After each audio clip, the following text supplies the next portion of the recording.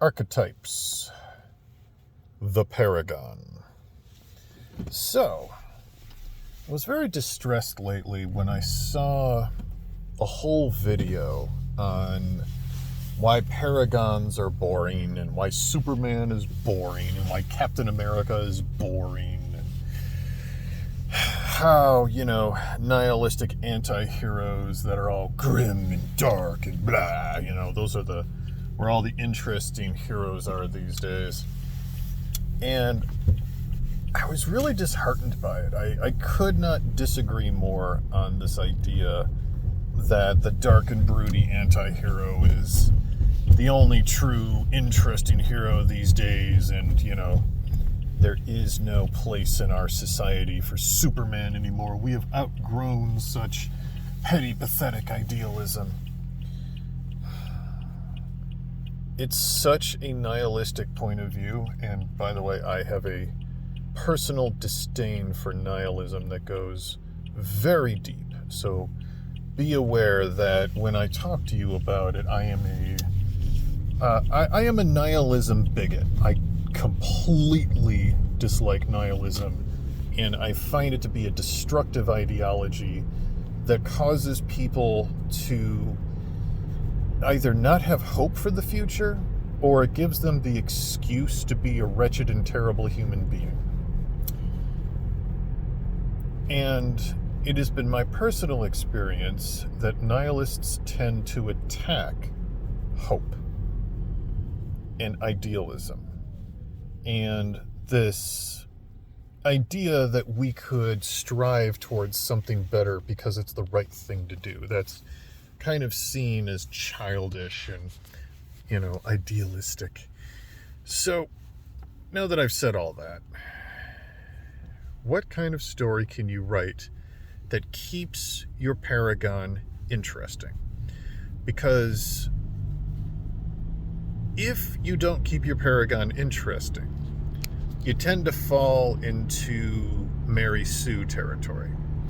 Now, the Mary Sue is a character who is practically perfect in every way, doesn't really have any character development because they're perfect, and things just work out for them because they do. They tend to be awesome just because they're awesome. They tend to not have any real struggles as a character. There's nothing they need to overcome. And everybody who disagrees with them is an evil, terrible Nazi. And those are the boring Paragons. The Rey Skywalker character that doesn't, like Rey Skywalker, doesn't really grow as a person during the Disney Star Wars trilogy. She is almost exactly the same person she was at the end of the final story as she is at the start of the first one. When you compare her to Luke Skywalker, which is exactly what they were doing, Luke Skywalker at the end of Return of the Jedi is a completely different character from the start of A New Hope. He has grown exponentially as a person, not just as a character, but the actor grew, because I think the whole process from start to end took almost a decade. And so Mark Hamill actually grew as a person, and his maturity grew and things like that. And so you were able to see the development from the wide-eyed idealist in A New Hope to the stoic badass in Return of the Jedi. That is a good archetypical pattern for your hero to go through. Your Paragon, even if they are a Paragon the way Luke Skywalker is, you still have to have growth. Luke Skywalker is a good pilot and a decent fighter in the first movie, but when Darth Vader shows up in Empire Strikes Back, he whomps him. Just beats the piss out of him. There's not even a challenge. His force powers are, in the very first one, he's able to use the force to make 1,000,000 to 1 shot with the Death Star. In the second one, he's able to move some rocks around and do a little bit of lightsaber combat, but he still gets beaten down by Darth Vader because Darth Vader's been doing it all his life. like Kylo versus Ren and Rey still beats him, that's boring as all get out. I mean, you should not be able to do that. You have to be defeated before you can overcome and succeed. And that is the great character flaw of the Mary Sue, and those who do not have the ability to write interesting Paragon protagonists. If your Paragon protagonist is an unflinching badass on page 1, then you're probably going to need to go back to the drawing board. Unless the growth is not in that character, but maybe the people around them. If your main character is the Paragon, then the things that you have to deal with are, where do you find character growth? So, Captain America, in the Marvel Cinematic Universe, he begins as the wide-eyed idealist in World War II, and he has complete confidence and trust in the United States government and the Allies. They are the good guys. Red Skull and Hitler are the bad guys, and that's it. It's very black and white. Then you get into the Winter Soldier. You get into the Civil War. Captain America discovers that his truth, justice, and the American way isn't. He discovers that his government is corrupt. He discovers that the politicians that are using him are corrupt, and that he is not able to trust the very institution he identified he put his entire identity with. He is Captain America, and America has failed him. And then he has a rise, a fall, and a rediscovery of who he is. And, by the time we have the final, end game movies, he's able to pick up Thor's hammer. And I'm willing to bet you there would have been a point in time, even though they say, yes, he could have picked up Thor's hammer anytime. I'm willing to bet you there was a period of time during the fall where, he grows the beard and gets all, edgy and moody. I'm willing to bet you during that time period, he could not have picked up Thor's hammer. Not because he wasn't worthy, but because he felt he was unworthy. Because he was, he had to go through a period of rebirth. And this is the thing that you can do with the Paragon. What is it? It's not easy being the Paragon. That's the big thing with the Paragon archetype. It's not easy being the Paragon. You're not, it's not an automatic thing.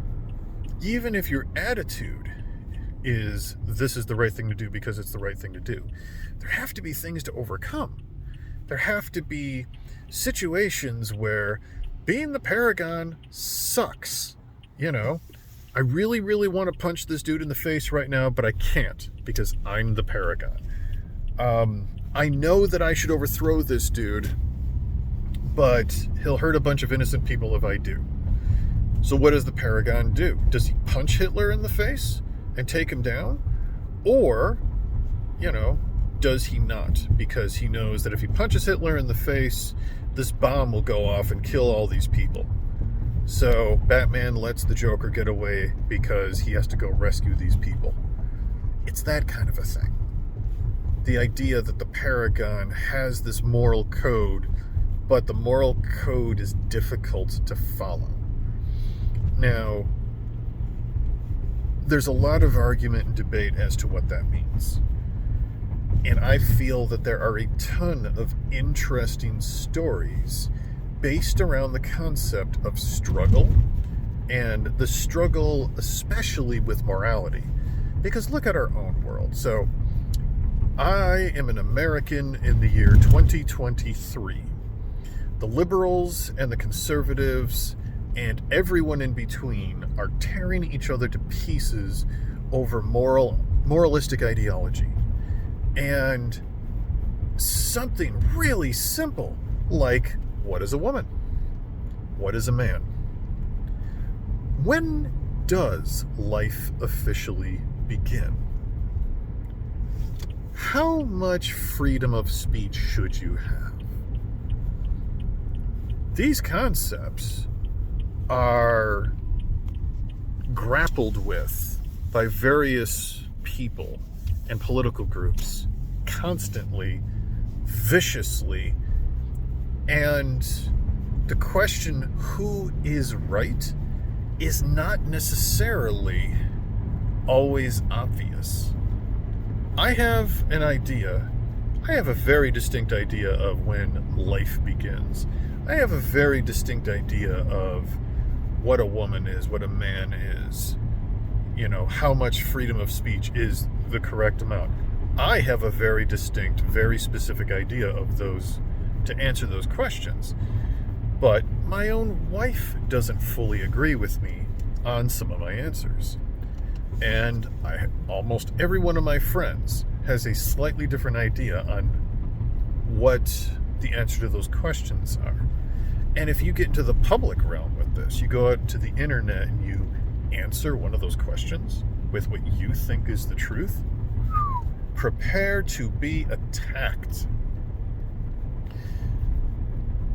So, what do you do when you have a paragon character who has to grapple with a question like that?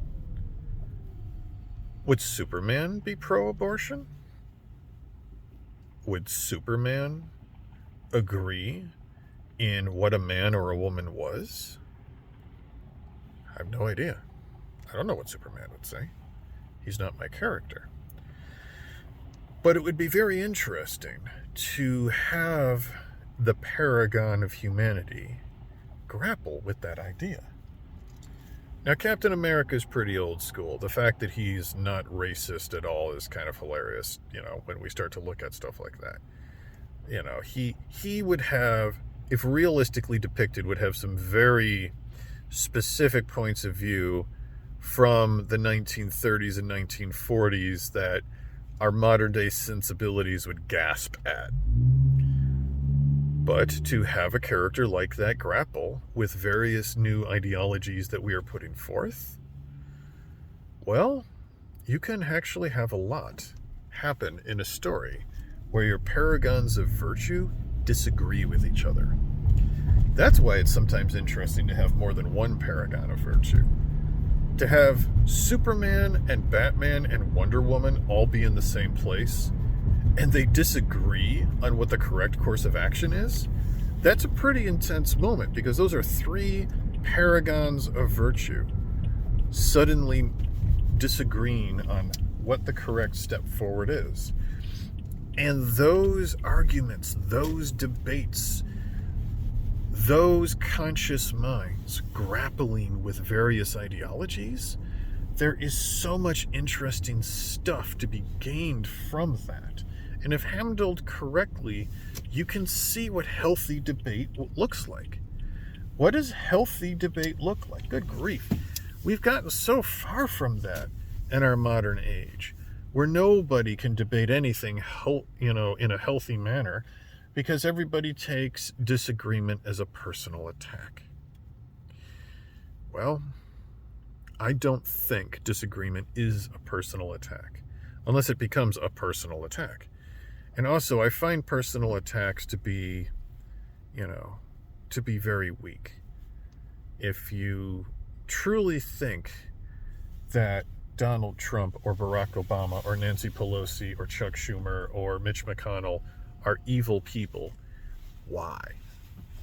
Don't tell me it's because of their hair or because they're this skin color or, something silly like that. That's all secondary.